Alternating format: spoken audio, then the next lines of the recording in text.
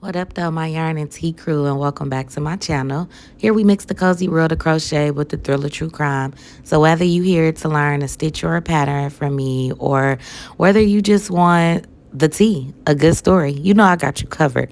So y'all, December took me out. It's my baby's birthday. I had to make her the cutest hat, and then obviously if I made her a hat, she needed a cardigan. And then in January we had the flu, and it was just crazy. It was all out of commission. It was over before we knew it, but I am back now. Sorry for the wait. And today I have a case that is going to get on your nerves and get under your skin because I know a deal with mine. It's still ongoing. Trial haven't started. Just keep up with me, y'all. We're going to jump right back into Detroit, Michigan. And yeah, this one is just going to take y'all for a ride. So let's dive into this. On November 18th, 1969 in Elkhart, Indiana, the stars would align for the birth of Devon Allen Hoover, and he would be born to parents Clarence and Loretta Hoover. And Devin was the fourth of seven children. So growing up, he was the middle member of what his family lovingly called the three little ones. And even as a child, Devin showed leadership. So when it came time to play, he wasn't just a participant. He was the one who made the rules. He organized the games. And sometimes Monopoly games could stretch for days because Devin always had a way of extending the game with new rules. And somehow he'd find a way to help those struggling players. You know, he might negotiate a bank loan, find a little creative solution. But his early life wasn't all fun and games. His family lived on a dairy farm, and from a young age, he worked along the side of his parents and his siblings. So he used to milk cows, he planted crops, and he helped with pretty much the daily chores on the farm. And it was here that Devin learned the value of hard work and responsibility, values that would stay with him throughout his life. Even as a teenager, he always was entrepreneurial. So, he was raising and selling potatoes and, cultivating his own small garden filled with herbs and flowers. Now, Devin could have easily followed in his father's footsteps and taken over the family farm, but he had a different dream. So, he knew from a young age that he wanted to become a doctor, and his path led him to Indiana University School of Medicine. And in 1996, he graduated as a physician. His career as a neurosurgeon was a testament to his dedication, skill, and compassion. And for 27 years, Dr. Hoover practiced as a board certified neurosurgeon specializing in neck and back disorders. He was respected not only by his colleagues, but also by his patients, and his name appeared year after year in Our Detroit's magazine's annual list of the area's top doctors. But Devin wasn't just a doctor, he was a man of many interests and talents. In 2008, he purchased a historic home in the Boston Edison district of Detroit, where he would live for the remainder of his life. And he didn't just see this house as a place to live, he transformed it room by room into a living museum. He had an eye for decor and antiques, and he became his own curator, sharing his home, with family and friends, and each piece telling a story of his love for history, beauty, and craftsmanship. The history of his home and the pictures, y'all, are absolutely stunning. And I'm going to have to fill y'all in on the details at the end because right now we got to focus more on the case. But beyond the walls of his home, Devin's love for excellence extended to his yard, and he was particularly proud of his hedges, which was a source of great pride and occasional humor among his friends. And one friend even joked that he might have to burn down the hedges just to get Devin to leave his house and attend a social gathering. And honestly, that sounds pretty relatable. But the truth was, Devin's attention to detail and care for his home and surroundings was just another example of his meticulous nature. He also had a passion for flowers and gardening, and he would make his way to Eastern Market in Detroit. He would bring back fresh bouquets to fill his home with vibrant life, and his entryway always held a beautiful arrangement. It was a testament for his love to nature and the beauty that it brought to his life. He even installed a greenhouse in the backyard, and it was designed to resemble the one that once stood on the historic property. And he would tell people that if he had another life, he probably would be a gardener, which absolutely sounds like an amazing life. But beyond this, I heard that his hobbies and his professional accomplishments were just the start. He was deeply committed to his community, and he was a generous philanthropist, given to numerous causes, and he shared his time and talents with those around him. He was an active board member of the Detroit Opera, where he supported rising opera stars by hosting intimate concerts at his home. And for many years, Devin hosted a holiday tradition in his neighborhood, a Christmas party, and it became the beloved event for friends, and neighbors. Devon also found time for the people who mattered most, which was his family, and he never missed a Hoover family event. And despite his busy life, he made it a point to travel to Indiana often to visit his parents and his sisters. He cherished all the time that he spent with his nieces and his nephews. He was always ready to play and create memories with them. And of course, he had many, many close friends that he traveled the world. He was able to explore new places, and he made a lot of unforgettable memories. On April 22nd, 2023, Detroit police received a civilian parking complaint regarding a white Land Rover blocking a driveway in the 9900 block of Coyle Street. When officers arrived, they discovered something far more alarming, and blood was visible inside the vehicle. The car was secured, towed, and it went to the police evidence yard, and it was tagged as part of an ongoing investigation. The registered owner of this vehicle was Dr. Devon Hoover. That same evening, officers went to Dr. Hoover's home to investigate further. They found the driveway gate wide open, but were unable to make contact with anyone at the residence. Despite knocking on both the front and back doors, no one answered. This raised concerns, but the police left without gaining any further information. The following day, on April 23rd, 2023, Dr. Hoover's family contacted the police to request a welfare check. They had been unable to reach him, and his absence from a planned visit to his mother in Indiana was very unusual.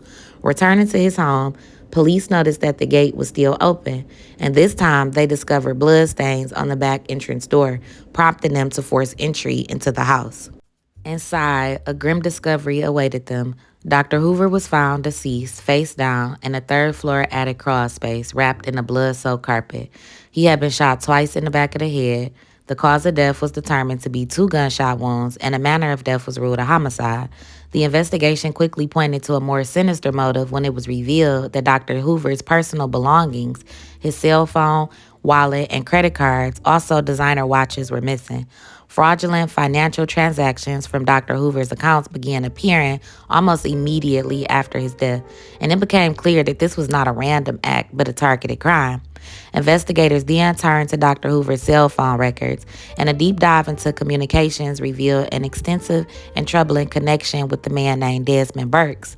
The two had exchanged nearly 4,000 texts over the years, with evidence suggesting a complicated, intimate relationship. And on some occasions, Burks had charged Dr. Hoover for sexual services. Let's quickly recap this murder case for you. Dr. Hoover was shot in the head several times in April of 2023 at his home in Detroit's Boston Edison district. Police found Hoover's body in the attic, wrapped in a sheet. A few days later, officials took one person of interest into custody on a warrant unrelated to Hoover's murder. They believed that person had information about what happened. However, that person was later released. And for months, authorities were silent as they worked the case, of course, until today. Let's bring in Sean Lay. He's joining us live right now. So, Sean, you were at the press conference today. Sean, police are revealing Hoover and Burks appear to have an intimate relationship. And that's was one of the issues about how long this investigation took, that witnesses who knew and loved Dr. Hoover did not want to reveal these details about his private life, having this intimate relationship with Desmond Burks, a 34-year-old from Detroit. And the prosecutor today revealed that sometimes this relationship involved cash exchange for sexual favors. But in the meantime, they were able to link Burks to taking Dr. Hoover's Range Rover, driving it into Detroit, had blood in it, and then after they found the Range Rover, they came back. Police came back to this home. This is Dr. Hoover's home, and investigated and found his body in an attic upstairs. They were able to backtrack then and see, they say they have evidence that Burks used his credit cards soon after that, and they pinged Dr. Hoover's cell phone to Burks' house. They're putting together things like that, and it's taken months to do so. Yeah, more than a year. Sean, Burks was detained by police 5 days after Hoover's murder, but then we reported that he was released. Do we know why that was? Why was he released? The prosecutor came they wanted more evidence in the case, and we understood that laying this out today, seemed like there was a lot of evidence already right out of the gate that named Burks as the person of interest, but there was not enough apparently to hold him, so he was released, and that was a couple of days after the murder. He had been free up until May of this year. And that was an interesting part of this case, that they took him into custody. He's been the only person of interest in the case all this time, and then just today was finally charged. Phone records indicated that on the day of Dr. Hoover's murder, his phone traveled to Burke's address on Sussex Street in Detroit. From there, it briefly returned to Dr. Hoover's residence, only to go back to the vicinity of Burke's home again. After that, the phone's location was tracked to Fairlane Mall in Dearborn, Michigan, but it never returned to Dr. Hoover's home. Surveillance footage from various resources, including Project Greenlight cameras, a jewelry store, and other surveillance systems placed Dr. Hoover's phone in close proximity to Burke's, further corroborating the theory that Burks was involved in the crime. In fact, on the day of the murder, Burks was seen on surveillance video parking Dr. Hoover's Range Rover near 9900 Coyle Street. A limp, which Burks had due to a prior gunshot wound, was also visible as he carried a backpack away from the vehicle. His fingerprints was found inside the Range Rover, solidifying the connection to the crime. Furthermore, investigation revealed that Burks had stolen 2 of Dr. Hoover's Cartier watches, one of which was found at Burks' residence. The second, a Pasha watch, was discovered at another of Burks' addresses in April 2024. Both watches had been taken in the aftermath of Dr. Hoover's murder. As if this tragedy wasn't enough, the investigation took another dark turn when it was discovered that Burks had been involved in an unrelated fatal incident just days earlier. On April 17, 2023, Burks allegedly punched 67-year-old Rada Saleh of Dearborn during a road rage incident at West Chicago Street and Greenfield in Detroit. Saleh had bumped into the back of Burks' car, which led Burks to get out of his vehicle, and he punched Saleh, leaving him laying on the ground unresponsive. Later, Saleh died from his injuries. Burks was arrested for the murder of Rada Saleh, but at that time, prosecutors believed that the case against him in Dr. Hoover's death was not ready for charges, and this was according to prosecutor Kim Worthy. What's more was it was revealed that Desmond Burks was a convicted arsonist who had been released from prison in the summer of 2022. And just a year later, Dr. Hoover would lose his life, and Burks would be stand accused of 2 violent, senseless murders, one of a respected doctor and the other of a family man caught in a road rage altercation. The investigation into Dr. Hoover's death was massive.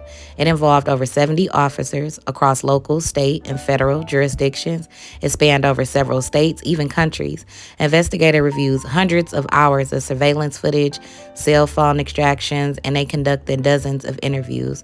There was over 300 pieces of evidence that was collected, including the watches and the Range Rover. This case, which took over a year to solve, had left the community shaken. And a man who spent 27 years helping others healing those in need and giving back to his city was taken in an instant by somebody he had trusted due to a web of greed, anger, and betrayal. As the legal proceedings continue, Dr. Devon Hoover's legacy of compassion, generosity, and skill will forever be remembered. And his death, which was a painful and tragic loss, has shown the lengths to which evil can go and the dedication required to uncover the truth, no matter how long it takes. Now, I did tell you I was going to go back so I could tell you about his beautiful home. And if you are interested in seeing it here, I'm just going to leave a YouTube video up, and it's like a full walkthrough of the home. It's kind of long, but if you want to see it, it'll take you floor to floor, and it'll take you outside so that you're able to see like this beauty and what he did. Dr. Devon Hoover sounded like an amazing person and an amazing friend to have. He genuinely sounded like a time to me. Somebody who went to school, you know, did what they were supposed to do. He was able to reap his own benefits, buying what he wanted, having the dream home he wanted, decorating it the way he wanted, choosing to come out if he wanted, choosing to throw parties and welcome people into his space. He just sounded like a really, really cool person. And, you know, it's just really sad and disheartening to hear that this is the way that his legacy ended. As of right now, Desmond Burks has not been sentenced for the murder of Devon Allen Hoover or for Ray de Saleh. Neither of those trials have started. So these are one of those cases where I'm just going to have to update you guys and you'll just have to come back and see what happened.